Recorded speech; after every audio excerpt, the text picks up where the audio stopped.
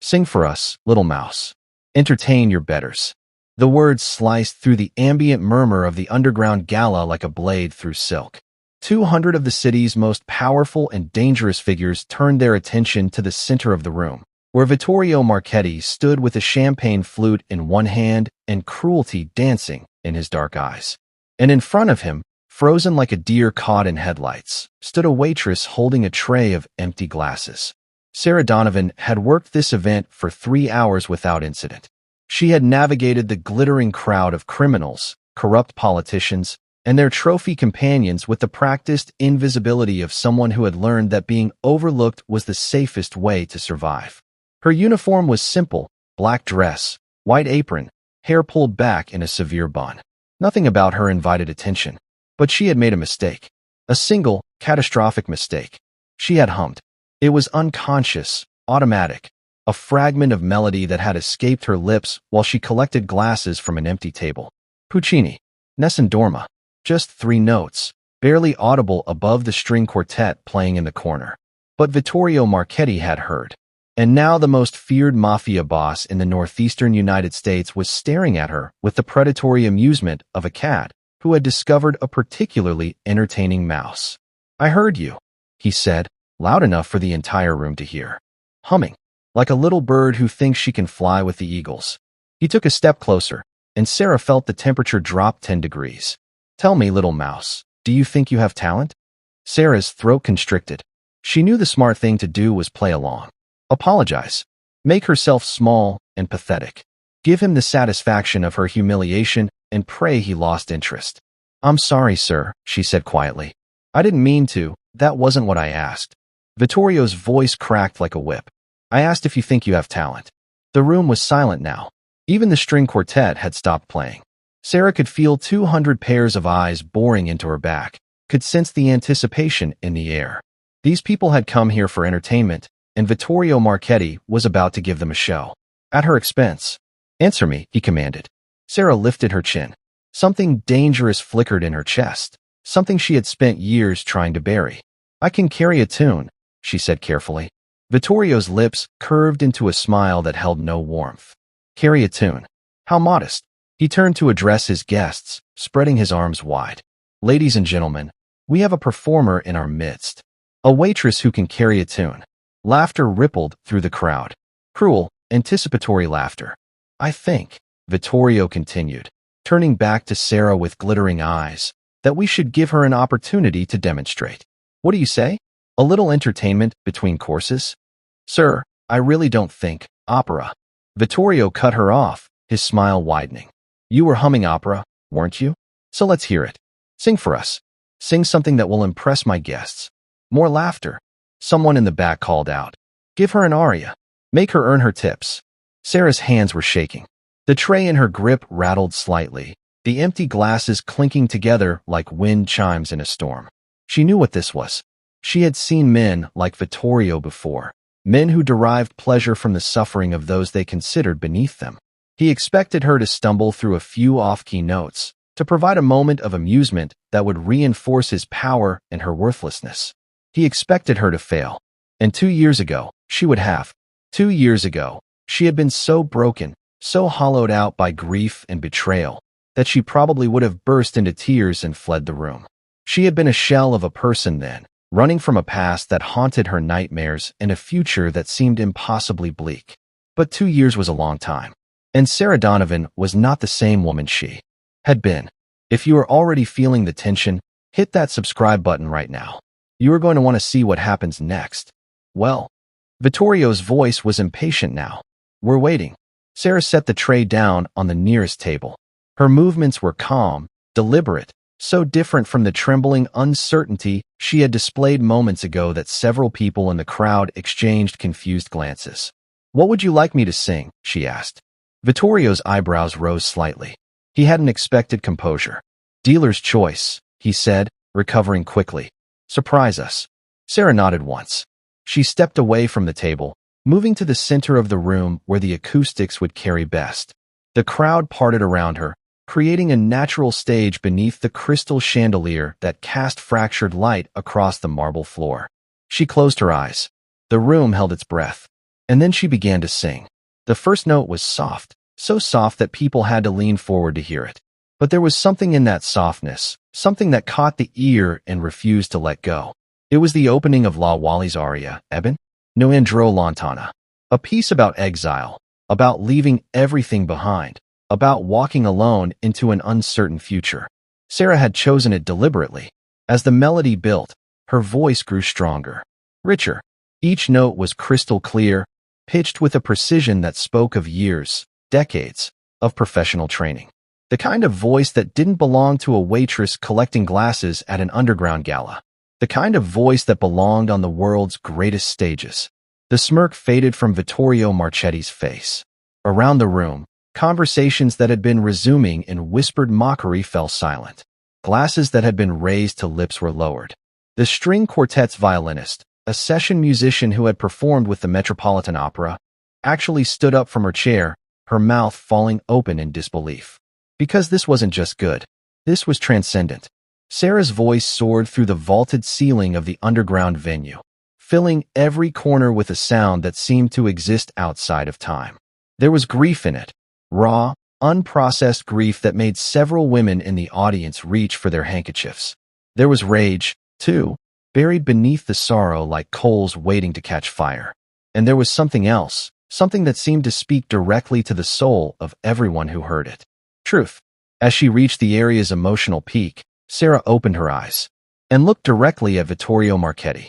In that moment, something shifted. The amusement was gone from his face, replaced by something she couldn't quite read. Confusion? Recognition? Fear? She held his gaze as she sang the final phrases, pouring every ounce of her being into the music. The words spoke of walking away, of leaving behind everything that had caused pain, of finding strength in solitude. But her eyes told a different story. Her eyes said, "I remember you." The final note faded into silence. For a long, suspended moment, no one moved. No one breathed. The room was frozen, caught in the spell of what they had just witnessed. Then the applause began. It started slowly, a single pair of hands clapping near the back of the room. Then another. Then another. Within seconds, the entire gala was on its feet, the applause building into a thunderous roar that shook the crystals in the chandelier. Sarah stood in the center of the chaos, her face expressionless. Vittorio Marchetti had not moved, had not applauded. His dark eyes were fixed on her face with an intensity that made her skin prickle with warning. "Who are you?" he asked. His voice was quiet, but somehow it cut through the noise of the crowd. "Who the hell are you?" Sarah smiled. It was not a kind smile. "I'm the waitress you decided to humiliate for sport," she said. "Did I entertain you, Mr. Marchetti?" But even as the words left her lips, she saw it, the flicker of recognition in his eyes, the moment when something buried deep in his memory fought its way to the surface. "Wait," he breathed. His face had gone pale. "I know that voice." "I know, do you?" Sarah tilted her head. Strange. Most people forget waitresses the moment they leave the room. She turned to walk away, but Vittorio's hand shot out and grabbed her wrist. His grip was iron, his face twisted with a confusion that was rapidly transforming into something darker. "Serafina," he said. The name hit her like a physical blow. A name she hadn't heard spoken aloud in 3 years. A name she had buried along with everything else from her old life. Serafina Valenti. Vittorio continued, his voice rising. "The soprano. The one who—" He stopped. His grip tightened. "You're supposed to be dead. Drop a comment right now if that reveal just sent chills down your spine. This story is about to change everything you think you know." The crowd was murmuring now, confused by the sudden tension between the Mafia boss and the waitress. A few of the older guests were whispering among themselves, and Sarah could see phones being pulled out, people typing furiously. They were searching for her name, her real name. She had maybe 3 minutes before the truth exploded across every device in the room. "I'm not dead," she said quietly. "Obviously. 3 years. Vittorio's voice was strained. 3 years ago, you vanished. They found your car at the bottom of a ravine. They found blood. They declared you dead. They declared a lot of things." Sarah's voice was ice. Most of them were lies. "Why?" Vittorio released her wrist as if it had burned him. "Why would you fake your own death? Why would you disappear? You were at the peak of your career. You were—" "I was running," Sarah cut him off. "From the people who murdered my family. The room went silent again. But this time, the silence was different. It was heavy, loaded with implications that even the drunkest guests could recognize. Vittorio's face had gone very still. "What are you talking about?" "My father." Sarah's voice was soft, but it carried. "Giovanni Valeni. He died in a fire at our estate 3 years ago. My mother was with him. The official report said it was an electrical fault." She took a step closer to Vittorio, close enough to see the vein pulsing in his temple. "But we both know that's not true, don't we, Mr. Marchetti?" The tension in the room had reached a breaking point. Vittorio's men were moving, positioning themselves around their boss, hands drifting toward concealed weapons. The guests were backing away, suddenly very interested in finding the nearest exit. "You need to be careful what you say," Vittorio said. His voice was cold now, stripped of the amused cruelty from earlier. This was the voice of a killer. "Very careful. I've spent 3 years being careful." Sarah smiled that terrible smile again. "I've spent 3 years waiting tables, cleaning houses, living in cheap apartments, and watching over my shoulder. I've spent 3 years gathering evidence, building a case, learning everything there is to know about the man who burned my parents alive." She leaned closer, until her lips were inches from his ear. "Did you think I was here by accident?" she whispered. "Did you think it was coincidence that I ended up serving drinks at your private gala? I've been waiting for this moment for 3 years, Vittorio. And now that I have your attention." She pulled back, her eyes glittering with something that made even the hardened criminals in the room take a step backward. "Let me tell you a story about a girl who lost everything, and the man who is going to pay for it. If you are not subscribed yet, now is the time. Part 2 is going to reveal secrets that will change everything. Trust me, you do not want to miss what comes next." The private office behind the gala's main hall was soundproofed, which Sarah supposed was useful when your business involved conversations that couldn't be overheard. Velvet curtains covered the walls, absorbing any sound that might escape. Antique furniture, mahogany desk, leather chairs, a Persian rug that probably cost more than most people's yearly salary, gave the room an air of old-world elegance. It was a room designed to intimidate, but Sarah had grown up surrounded by wealth and power. She was immune to its effects. She sat across from Vittorio Marchetti, her hands folded calmly in her lap, while 4 of his guards stood against the walls with their hands resting on their weapons. The door was locked. They were alone as one could be with a small army of killers watching their every move. "Start talking," Vittorio said. His composure had returned during the walk from the main hall, but Sarah could see the tension in his shoulders, the tightness around his eyes. He was rattled. "Good. If you have accusations to make them. But understand that if you're wasting my time, the consequences will be severe." "Severe." Sarah let the word hang in the air. "Like the consequences for my father when he refused to launder your money through his investment firm? Like the consequences for my mother when she was sleeping in her bed next to him?" Vittorio's jaw tightened. "I had nothing to do with that fire." "Liar." The word was quiet, but it landed like a slap. The guards shifted uncomfortably. "I was in Milan when it happened," Vittorio said through gritted teeth. "I have documentation. Witnesses."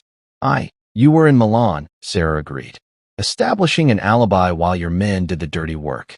The accelerant they used was military-grade, thermite mixed with magnesium, designed to burn hot enough to destroy any evidence.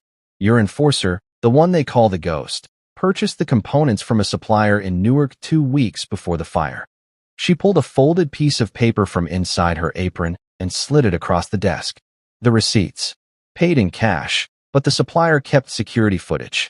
The Ghost has a very distinctive scar on his left hand." Vittorio didn't look at the paper. His eyes remained fixed on Sarah's face. "Where did you get this?" "It's amazing what people will tell you when you're invisible." Sarah's voice was calm, almost conversational. "Waitresses hear everything. Cleaning women see everything. I've spent 3 years working in the shadows, collecting pieces of a puzzle that everyone thought was buried with my parents. Bank transfers, phone records, testimony from people who thought they would never be held accountable." She pulled out another paper, then another, then another. By the time she was done, a small mountain of documents covered the desk between them. "This is enough to bring down your entire operation," Sarah said. "Money laundering, extortion, murder, 17 counts, by my calculation, including my parents. I have copies stored in multiple locations, with instructions to release them to the FBI, the press, and 3 competing crime families if anything happens to me. Vittorio stared at the papers. When he finally spoke, his voice was strange. Hello, why are you telling me this? It was a good question. If Sarah's goal was simply to destroy him, she could have done it quietly, anonymously. She could have mailed the evidence to the authorities and disappeared again. Let the system grind him into dust without ever revealing herself. But that wasn't what she wanted. Because destruction isn't enough, she said. I don't just want you in prison. I don't just want your empire in ruins. I want you to understand exactly who brought you down and why. I want you to spend the rest of your life knowing that the girl you thought was dead, the girl whose family you destroyed on a whim, was the one who ended everything you built. If you are feeling this tension, hit that like button. Sarah is about to drop a truth bomb that will change everything. Vittorio was quiet for a long moment. His fingers drummed against the desk, a nervous habit she remembered from. She stopped the thought before it could fully form. She couldn't afford to think about that right now. Couldn't afford to remember. You said I burned your parents for refusing to launder my money, Vittorio finally said. But that's not the whole story, is it? Sarah's composure flickered. Just for a second, but Vittorio saw it. Your father, he continued slowly, wasn't just some businessman who happened to cross me. Giovanni Valenti was connected. He worked with my father for 20 years before the old man died. He knew things, secrets that could have destroyed the Marchetti family if they ever came to light. That's not. And then there was you. Vittorio leaned forward, his dark eyes searching her face. Serafina Valenti, the opera prodigy, the young soprano who took the world by storm at 16 and was being compared to Maria Callas by 20. You were supposed to be the pride of your family, the legitimate face, the proof that the Valentis had escaped the shadow of their criminal past. Sarah's heart was pounding now, but she kept her face carefully blank. But that's not all you were, was it? Vittorio's voice dropped to a near whisper. You were also engaged. To me. The word dropped into the silence like a stone into still water. Behind her, Sarah heard one of the guards inhale sharply. Even they hadn't known this part of the story. We were children, Sarah said. Her voice was steady, but barely. It was an arrangement between our fathers. Business. It had nothing to do with. We were 23 when the fire happened. Vittorio cut her off. The wedding was scheduled for the following spring. I had a ring in my pocket. I was going to propose properly, not because our fathers wanted it, but because he stopped abruptly, his jaw working. Because you what? Vittorio's eyes met hers. And for just a moment, the mask slipped. Behind the cold, calculated cruelty, she saw something else. Something that looked almost like pain. Because I loved you, he said. I thought I was going to spend my life with you. And then, one night, everything burned. Your parents, your home, and you, apparently. Except now I learned that was a lie. Sarah felt the ground shifting beneath her feet. This wasn't how the conversation was supposed to go. She had spent 3 years planning this moment, rehearsing every word, anticipating every possible response. But she hadn't anticipated this. She hadn't anticipated that Vittorio Marchetti, the monster who had destroyed her family, would look at her with eyes full of old grief. You didn't order the fire, she said slowly. It wasn't a question anymore. It was a realization, terrible and unwelcome, blooming in her chest. No. Vittorio's voice was rough. I didn't. Then who? The door burst open.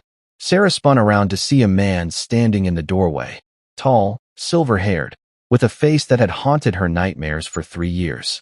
Behind him stood a dozen armed men, their weapons already drawn.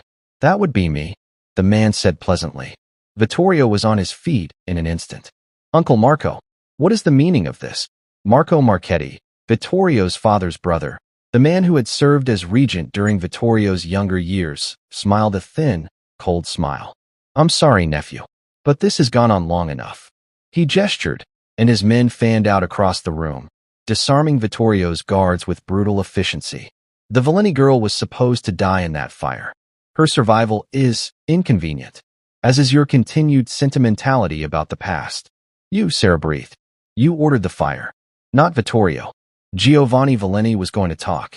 Marco shrugged as if discussing the weather. He'd kept my brother's secrets for 20 years, but after Enzo died, his loyalty wavered. He was going to go to the authorities, something about a crisis of conscience. As if such a thing matters in our world. His eyes slid to Sarah. His wife was collateral damage. You were supposed to be as well. But you've always been remarkably difficult to kill. Vittorio stepped forward, his face twisted with fury. You murdered them. You let me spend 3 years believing Serafina was dead. I let you believe what you needed to believe. Marco's voice hardened. You were always too soft, Vittorio. Too attached to ideas of love and honor and other useless sentiments. Your father understood that power requires sacrifice. You never did. He raised his hand, and his men aimed their weapons at Vittorio. Which is why it's time for new leadership. Drop a comment if you did not see this betrayal coming. The uncle? The man who raised Vittorio? This changes everything. Sarah's mind was racing. Everything she had believed, every piece of evidence she had gathered, every conclusion she had drawn, was crumbling around her. Vittorio hadn't killed her parents. He had been betrayed by the same man, lied to by the same monster. And now they were both about to die. You can't do this, Vittorio said. His voice was calm, but Sarah could hear the rage beneath it. The family won't stand for it. The other bosses will accept whoever sits in the chair when the dust settles, Marco interrupted. As they always do. By morning, you'll have tragically died in a confrontation with the Valenti girl, who turned out to be mentally unstable. A murder-suicide. Very romantic, really. He nodded at his men. Kill them both. Time seemed to slow. Sarah saw the guards raise their weapons. Saw Vittorio moving, throwing himself in front of her with a speed that spoke of years of combat training. Saw the flash of gunfire, heard the deafening roar of multiple shots fired simultaneously. And then the lights went out. Not metaphorically, literally. The room plunged into absolute darkness, and Sarah heard shouting, the sound of bodies hitting the floor, the distinctive crack of bones breaking. Someone grabbed her arm. Move. Vittorio's voice hissed in her ear. Now. They were running through darkness, stumbling over bodies she couldn't see, guided only by Vittorio's iron grip on her wrist. Gunshots echoed behind them, but they seemed distant, confused. Marco's men were firing blind, hitting nothing but walls and furniture.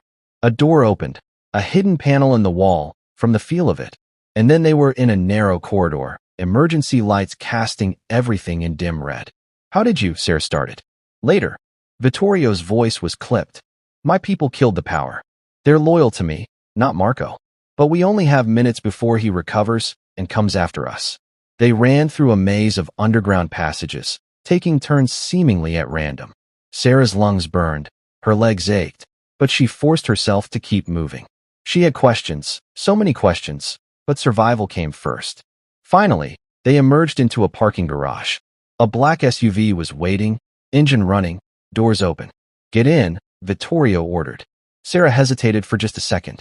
Every instinct she had developed over 3 years of survival was screaming at her to run, to disappear, to trust no one. But she had spent 3 years hunting the wrong man, and the real monster was still alive. She got in the car. The safe house was 40 miles outside the city, a nondescript cabin surrounded by dense forest. No neighbors for miles. No cell service. Nothing but trees and silence and the gentle sound of a stream somewhere in the darkness. Sarah sat at a worn wooden table, a cup of coffee cooling in her hands, and tried to process everything that had happened. Vittorio stood by the window, looking out at the night. He had changed out of his formal clothes into something simpler, dark jeans, a gray sweater. Without the trappings of power, he looked younger, more human, more like the man she had almost married, once upon a time. I didn't know, he said finally. His voice was quiet, stripped of its usual authority. I swear to you, Serafina, I didn't know what Marco had done. I thought. He stopped, his throat working. I thought you died in that fire. I thought I had lost everything. Why should I believe you? He turned to face her. In the dim light of the cabin, she could see the exhaustion in his face, the weight of a betrayal he was still trying to comprehend. Because if I had known, Marco would already be dead. His voice was hard. Because I spent 3 years mourning you. 3 years trying to understand why the only woman I ever loved was taken from me. 3 years building an empire that meant nothing because you weren't there to share it. Sarah's chest tightened. She wanted to hold on to her anger, her certainty, her righteous fury. But looking at him now, looking at the ghost of the boy she had once loved. She found it slipping through her fingers. Everything I believed was wrong, she whispered. I was so sure. You had every reason to be. Vittorio moved closer, stopping just a few feet away. Marco made sure the evidence pointed to me. He wanted you to come after me, wanted us to destroy each other while he consolidated power in the shadows. His jaw tightened. He's been planning this for years, maybe decades. So what do we do now? Vittorio's eyes met hers. There was something fierce in them, something that made her heart skip despite everything. Now, he said, we stop being enemies. And we start being exactly what Marco fears most. Which is, his lips curved into a smile that was sharp and dangerous and strangely beautiful. Allies. Part 2 is complete, and the game has completely changed. The real villain is revealed, old loves are reignited, and the battle is just beginning. Subscribe now so you do not miss Part 3, where everything comes to a head, and someone will fall. Let's continue with Part 3. 1 week. That was how long Sarah and Vittorio stayed in the cabin, planning, strategizing, learning to trust each other again. 7 days of maps spread across tables, of encrypted communications with loyal allies, of meals shared in tense silence that gradually softened into something almost companionable. 7 days of sleeping in separate rooms, hyper-aware of each other's presence, pretending that the air between them wasn't charged with electricity. On the 7th night, Sarah found herself unable to sleep. She wrapped a blanket around her shoulders and stepped onto the cabin's porch, breathing in the cold mountain air. She heard the door open behind her. She didn't need to turn to know who it was. Couldn't sleep either? Vittorio asked. Too much in my head. He came to stand beside her, close enough that she could feel his warmth through the chill. For a long moment, neither of them spoke. I used to dream about your voice, he said finally. His own voice was soft, almost vulnerable. After the fire, I would dream that you were singing, somewhere I couldn't find you. And I would wake up reaching for you, and the bed would be empty, and I would remember all over again that you were gone. Sarah's throat tightened. Vittorio, I'm not saying this to make you feel guilty. He turned to look at her. I'm saying it because I need you to understand something. These past 3 years, I became someone I'm not proud of. I did things that would have horrified the man I was when I loved you. I told myself it didn't matter, because you were dead, and nothing mattered anymore. What kind of things? Things that can't be undone. His voice was heavy. People who can't be brought back. Marco wasn't wrong when he called me soft, compared to what this life requires. But I tried to become harder, colder, more like the monster everyone expected me to be. He looked away. I don't think I succeeded. I think I just became broken. Sarah reached out and touched his arm. The gesture was small, almost hesitant, but it made Vittorio go very still. I watched you, she said. At the gala, before everything happened. I watched you with your people, the way you spoke to them, the way they looked at you. They don't follow you out of fear, Vittorio. They follow you out of loyalty. That's not something a monster inspires. A monster is exactly what I need to be now. His voice hardened. To take down Marco. To avenge your parents. To make this right. No. Sarah shook her head. A monster is what Marco is. What we need is something else. Something smarter. Something he won't see coming until it's too late. Vittorio looked at her. In the moonlight, her face was luminous, her eyes bright with an intelligence and determination that took his breath away. What did you have in mind? Sarah smiled. It was the first genuine smile she had given him since that night at the gala. I think, she said, it's time for my final performance. If you have made it this far, you are riding with us until the end. Hit subscribe so you never miss another story like this. The grand finale is about to begin. The Marchetti Foundation Annual Gala was the social event of the year. Held at the Metropolitan Opera House, a deliberate choice that spoke to the family's pretensions of legitimacy. It drew politicians, celebrities, business titans, and the cream of organized crime from 3 continents. The official purpose was charitable fundraising. The actual purpose was to celebrate the Marchetti family's power and reach. This year, it would also serve as Marco Marchetti's coronation. Vittorio had been officially declared dead 3 days ago, a tragic car accident, according to the press release. Marco had assumed control of the family with appropriate expressions of grief and promises to honor his nephew's legacy. The fact that Vittorio's body had never been recovered was attributed to the severity of the crash. No one questioned it. No one dared. Marco stood at the center of the gala, accepting condolences and congratulations with equal grace. He wore his brother's ring, the symbol of leadership passed down through generations of Marchettis, and his silver hair gleamed under the opera house chandeliers. To all appearances, he was a man in complete control. He had no idea what was coming. The evening's entertainment began at 9 o'clock precisely. The house lights dimmed, the crowd fell silent, and a single spotlight illuminated the stage. And Sarah Donovan, Serafina Valeni, stepped into the light. She was unrecognizable from the waitress at the underground gala. Gone was the severe bun, the plain uniform, the deliberate invisibility. In their place was a woman transformed, a goddess in a crimson gown that flowed like liquid fire, her dark hair cascading in waves over her shoulders, her face illuminated by makeup that highlighted cheekbones sharp enough to cut glass. The audience murmured in confusion. This wasn't the scheduled performer, a forgettable soprano from a regional company, chosen specifically because she wouldn't outshine the evening's real purpose. But before anyone could question the change, Sarah began to sing. She had chosen Vici d'arte from Puccini's Tosca, the aria of a woman who had lived for art and love, betrayed by the powerful, praying for salvation that would never come.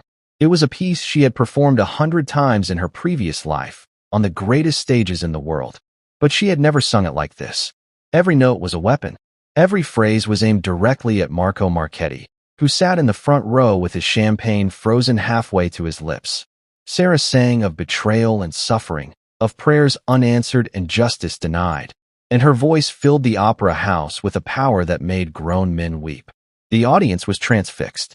They didn't understand why this unknown woman was on stage, but they understood, on some primal level, that they were witnessing something extraordinary. And then, as the aria reached its climax, the screens behind Sarah flickered to life. Images, documents, video footage, a dossier of Marco Marchetti's crimes, meticulously compiled over 3 years and supplemented by records from Vittorio's own archives. Money laundering operations, bribery of government officials, murder orders, including the one that had killed Giovanni and Maria Valeni. Everything laid bare before 3,000 witnesses and 17 hidden cameras that were streaming the footage live to major news networks.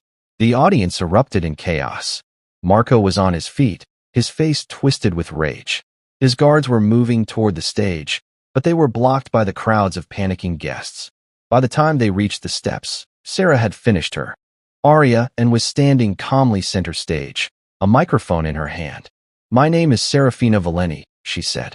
Her voice echoed through the hall, impossibly calm.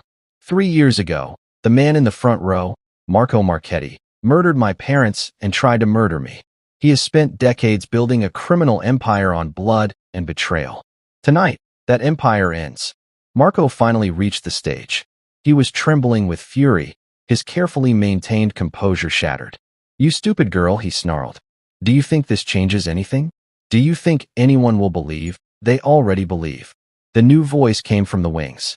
Marco spun around to see a figure stepping out of the shadows. Vittorio Marchetti, very much alive. "Drop everything and comment right now. The fallen boss has risen. This is the moment we have been building to." Marco's face went white. You're dead. I watched you die. You watched what I wanted you to watch."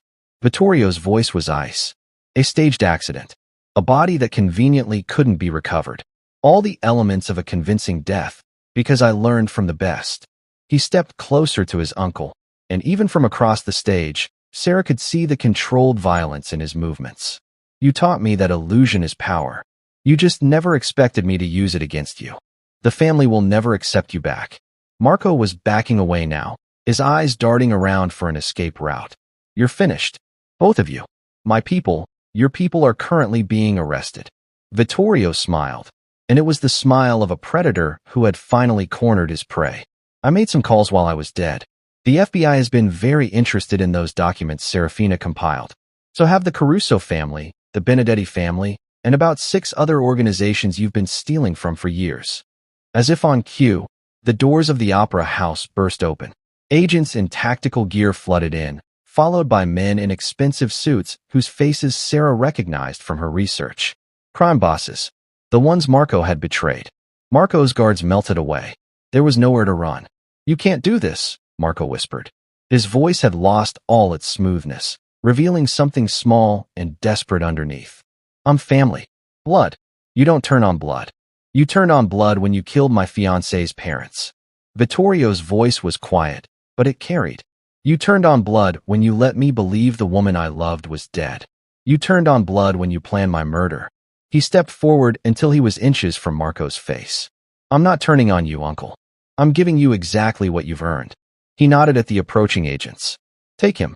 The aftermath was chaos. Marco Marchetti was arrested on 37 counts spanning multiple jurisdictions. The evidence was overwhelming, enough to ensure he would never see freedom again. His network was dismantled, his assets seized, his legacy reduced to cautionary tale. Sarah stood on the steps of the opera house, watching the police cars drive away. She was still wearing the crimson gown, still feeling the adrenaline coursing through her veins. She felt a presence beside her and turned to find Vittorio standing there. He had discarded his jacket at some point during the chaos, and his shirt was rumpled, his hair disheveled. He looked exhausted and relieved, and something else she couldn't quite name. It's over, he said. Is it? Sarah's voice was soft. Your empire is in pieces. Your uncle's people are scattered. Half the criminal underworld wants you dead for what happened tonight. Only half. Vittorio's lips quirked. I'm losing my touch. Despite everything, Sarah laughed. It was a real laugh, the first one she had allowed herself in 3 years. What happens now? She asked. Vittorio was quiet for a moment. When he spoke, his voice was careful, almost hesitant. That depends on you. On me. You've gotten your justice. He turned to face her fully. Your parents' killer is going to prison. The truth is out. You're free now? Serafina. Free to rebuild your career, reclaim your life, become the person you were supposed to be before all of this happened. He paused. You don't owe me anything. Sarah studied his face. The face of a man who had been her enemy, then her ally, then something she was afraid to name. Is that what you want? She asked. For me to leave? What I want doesn't matter. It matters to me. Vittorio closed his eyes briefly. When he opened them, she saw something raw and vulnerable. The boy he had been, hidden beneath the man he had become. I want you to stay, he said quietly. I want a chance to make things right. Not just for what Marco did, but for everything. For the 3 years we lost. For the future we were supposed to have. His voice dropped to a near whisper. I still love you, Serafina. I never stopped. The words hung between them, fragile and honest. Sarah thought about everything she had lost. Her parents. Her career. 3 years of her life spent in hiding. She had every right to walk away, to start over somewhere far from this world of violence and shadows. But she also thought about what she had found. The truth. Justice. And the man standing before her, flawed and broken and offering her everything he had left. I need time, she said finally. This is all so much, everything that's happened. I need to figure out who I am now, who I want to be. Vittorio nodded slowly. She could see the disappointment in his eyes, but also understanding. Take all the time you need. Sarah reached out and took his hand. His fingers intertwined with hers automatically, as if their bodies remembered something their minds were still processing. But Vittorio? She waited until he met her eyes. Ask me again. In a year, when the dust has settled and we've had time to heal. Ask me again. Something shifted in his expression. Hope, tentative but real. I will, he promised. 1 year later, the audience at La Scala held its breath. Serafina Valeni stood center stage, her hands clasped before her, her eyes closed as the final note of her aria faded into silence. She had just completed her comeback performance, the first time she had sung professionally since her supposed death 4 years ago. The applause began like thunder. 3,000 people rose to their feet, their cheers echoing off the gilded ceiling of one of the world's most prestigious opera houses. Sarah opened her eyes, and tears streamed down her face as she took her bow. She had done it. She had reclaimed her voice, her career, her life. And in the front row, watching her with an expression of pure wonder, sat Vittorio Marchetti. He wasn't a crime boss anymore. The empire he had inherited, and nearly destroyed to save her, had been restructured. Legitimate businesses, legal investments, a new foundation dedicated to supporting survivors of violent crime, named in honor of Giovanni and Maria Valeni. It wasn't perfect. There were still shadows in their past, still scars that would never fully heal. But they were trying. After the performance, Vittorio came backstage. The dressing room was filled with flowers, roses and lilies and exotic blooms from admirers all over the world, but his eyes were only for her. "You were magnificent," he said. Sarah smiled. "I had good motivation." She crossed to where he stood and took his hands in hers. They were both older now, marked by everything they had survived. But there was peace in their eyes that hadn't been there a year ago. "You told me to ask you again," Vittorio said. His voice was soft, almost nervous. "When the dust settled, when we'd had time to heal." Sarah's heart began to race. "I remember."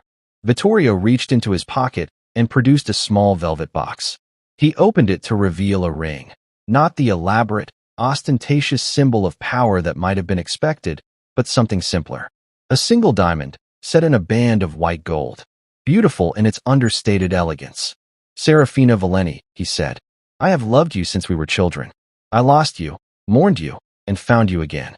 I have seen you at your strongest and your most broken, and I have been humbled by your courage, your brilliance, and your grace." He knelt before her, right there in the crowded dressing room with its audience of roses. "Will you marry me? Not for our families, not for alliance or politics, but because I cannot imagine my life without you in it." Sarah looked down at the man who had been her enemy, her ally, her salvation. The man who had taught her that love could survive even the darkest betrayals.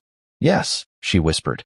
And then she was in his arms, and he was kissing her, and the applause from the stagehands who had witnessed the proposal mingled with her laughter until she couldn't tell where one ended and the other began. The wedding was held at sunset, in the gardens of a villa overlooking the Mediterranean. Sarah wore white, a simple gown that made her look like an angel descended to earth. Vittorio wore black, as always, but his face held more joy than anyone had ever seen. As they exchanged vows, Sarah thought about the journey that had brought them here. The fire, the years of running, the gala where she had revealed herself, intending to destroy the man she loved, the truth that had saved them both.